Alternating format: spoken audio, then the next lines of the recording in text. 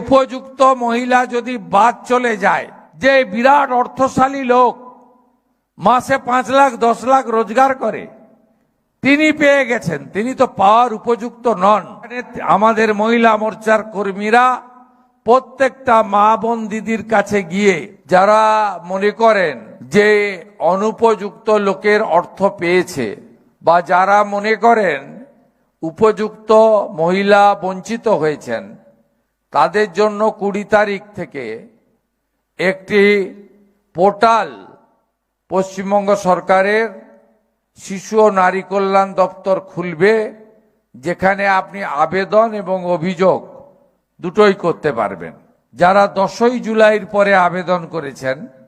তাদের আরো 1 মাস ধরে ভেরিফিকেশন করে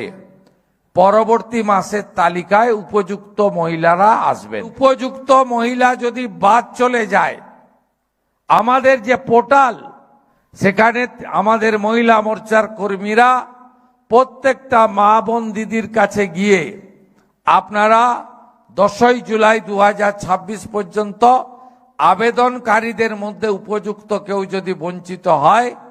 আবার নতুন ফর্ম ফিল আপ করতে হবে না, শুধু ফর্মের নম্বর, অ্যাকাউন্ট নম্বর দিয়ে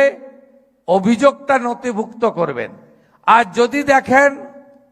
যে বিরাট অর্থশালী লোক মাসে 5 লাখ 10 লাখ রোজগার করে, তিনি পেয়ে গেছেন, তিনি তো পাওয়ার উপযুক্ত নন, তাকে বলবো সারেন্ডার করতে। আর যদি এমন অনুপযুক্ত লোক পেয়ে থাকে, সে তথ্যটাও সরকারের চোখ হিসেবে আপনারা ওই পোর্টালে বলে দিবেন,